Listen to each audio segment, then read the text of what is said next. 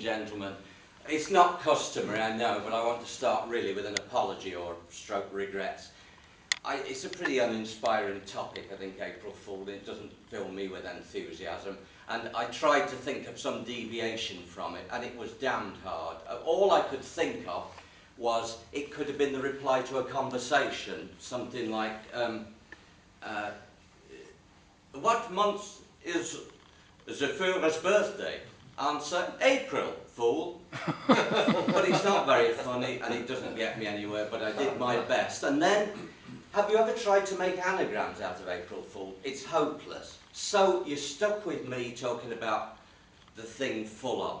So I suppose the thing that first occurs to me, it hits my old nostalgia centres, and I'm back in the infant stroke junior school, and we're playing little tricks on each other. And one of the ones we did, it's brilliant this, I went to a really high class school, and we really thought this one out, and it goes such as thus. You see somebody and you say to them, your shoelace is undone.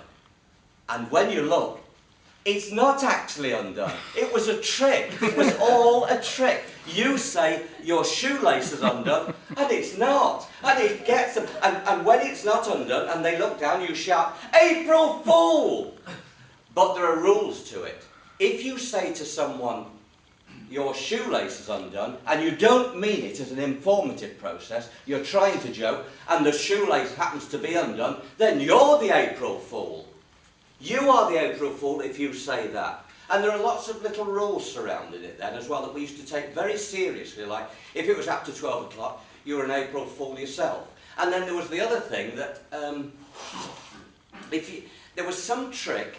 If you said it backwards, lerpaloof, and there was some time scale, some cunning, elaborate time scale involved, you got away from being an April Fool. But have you noticed that on its own is foolish, because lerpaloof isn't April Fool backwards. April Fool backwards is loof lerper. I've not written this up yet, but it's an idea that's occurring to me very strongly. So that's a thing that's very irritating about it as well. Okay, right, that's what it brings back to. Oh, another little trick they do. I hope somebody won't mind being used as a escape. This is one of the tricks that really irritates me. I'll do it on grave. Do you mind? I'm not going to make a fool of you. But somebody comes up behind and they go, and you look round on that side, and you're not on that side, you're on the, oh, it's hysterical. Oh, and you could go mad on these things. Wonderful things, and bits of paper stuck on your back. Anyway, enough of that. Into the background of the thing. And there's not a lot known about April Fools, about this ceremony that we have. It seems to go back in the thousands of years, but the first real reference to it, the one thing that they think it might have come from is the Roman ceremony, or festival, not ceremony, of Cerialia or Cerialia. And that involved the goddess Ceres had a daughter called Proserpina. And they're out one day, and Proserpina's gallivanting and cavorting and dancing around in the old Elysian fields. And while she's doing this, whoa, murky stuff is happening. Old Pluto comes, because he's the lord of the underworld, comes up through his little hole, and whoomph, he's after it. Now, as I'm saying this, I can see more, I won't say humour, because I don't associate April Fool's Day with humour, but a laugh, somebody getting the dirty done on them. There's a laugh to be had there, because look, it's all classical, and suddenly you've got Pluto, you've got Walt Disney coming into the thing, so it gets hysterically funny. So anyway, Pluto grabs the maiden and carts her off to his nether region, to the underworld, carts her off to the underworld, sorry about that. And of course, as you do, she's shrieking and screaming, and the mother, Ceres, the goddess, a little bit late, I might add, because she's only in the fields just beyond, comes into the field, can't see her anywhere, because Pluto has got her away, and she's gone. So the mother is on a fool's errand, and we get April Fool from it. Really tenuous, I think, but that's the nearest thing we can get to it. Now, a bloke you would think is going to be good at this, and we always like a quote. Nothing at all. Shakespeare says nothing about April Fools. The only quote you can get from this is from Charles Dickens' son, Charles Dickens Jr., who actually acknowledges that Shakespeare, although he delights in fools, has no answer to April Fools. So, the way is open for us. There isn't a lot of information on it at all. Now, from my scanty knowledge of history, well, it's not a bad knowledge, I don't know why I'm being so modest, I'm not too bad at it. I'm good on big events, I know when they took place. I can't find any that take place on April the 1st.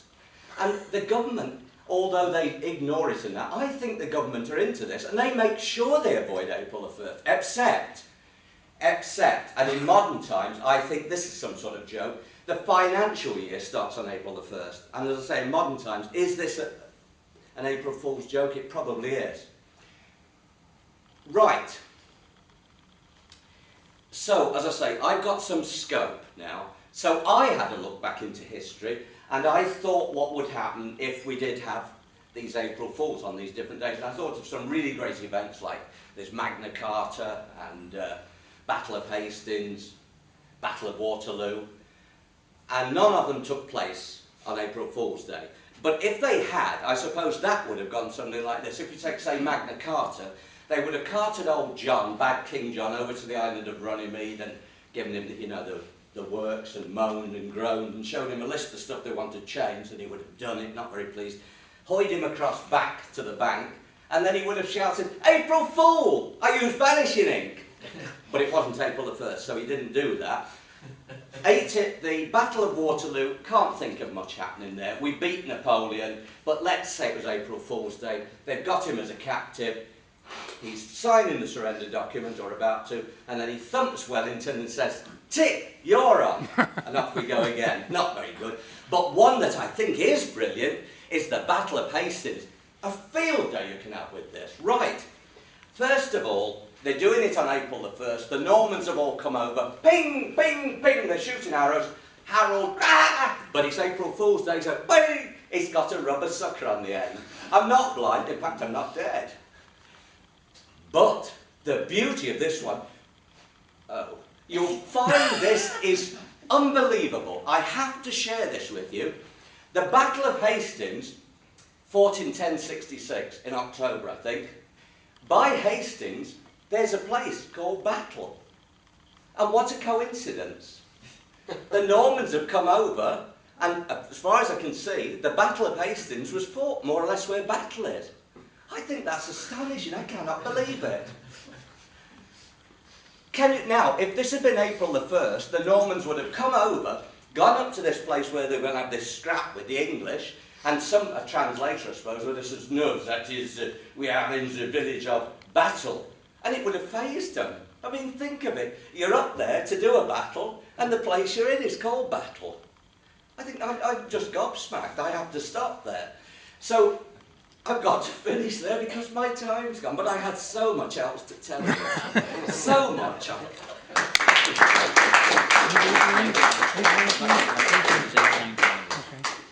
Thank you very much indeed. Yes, I suppose you might have said bataille. Bataille. I wouldn't think, John.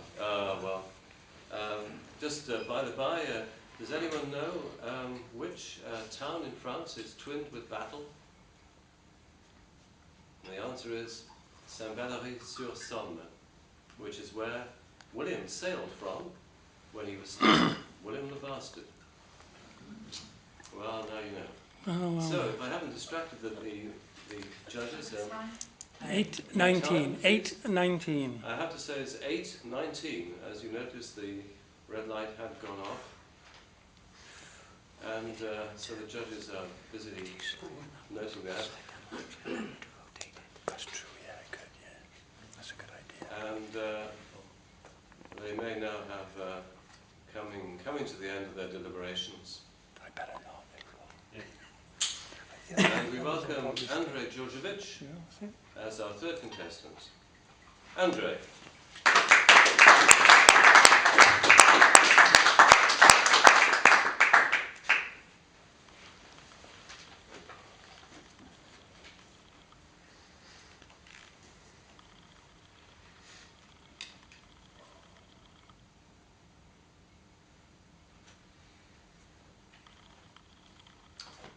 Mr. Chairman, ladies and gentlemen, in 1918, only 8 years after the first manned flight by Wilbur and Orville Wright, the RAF was formed. In 1982, Margaret Thatcher assembled a naval force to retake the Falklands. And in 1999, 11 countries adopted the euro as their common currency.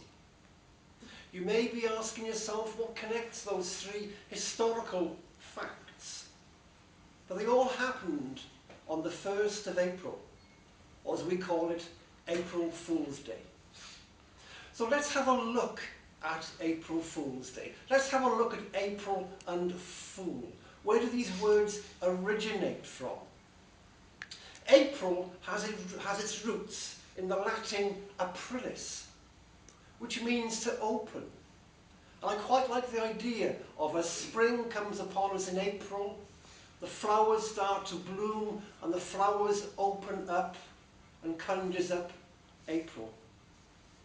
Like most of the months of the year, they were named after Greek or Roman deities, and April was no exception. April was named after the goddess Aphrodite. And in Anglo-Saxon, April was called Eostra, which is now called Easter. So what about for fool? Where does that originate from? Well, a fool is generally a joker, a prankster, a jester, a buffoon. And they were mainly employed by European monarchs.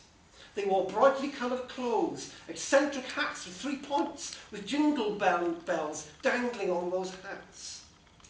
And the whole purpose was that they brought some life, some vigour, some colour into the dark, murky depths of the medieval castles. So, why April Fool's Day?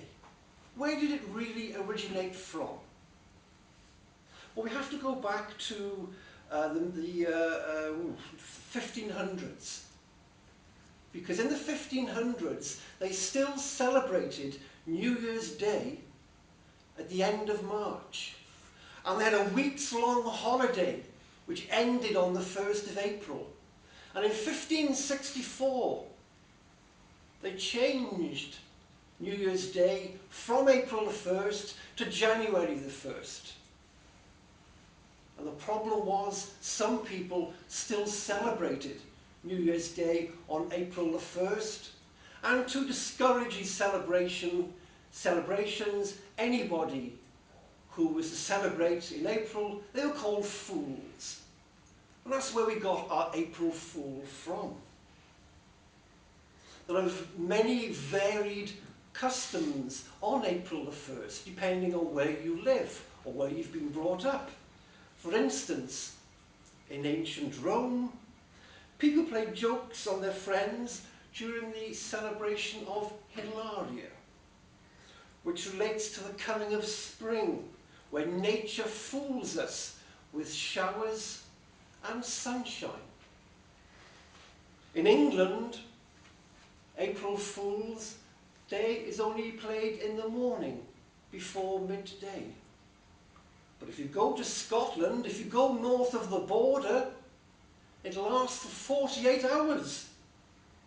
And the strange thing is, it's dedicated to pranks relating to the buttocks. So if you go north of the border on April Fool's Day, you will see lots of short, squat men in kilts running round the place with signs like this, trying to pin them on the backs of unsuspected people.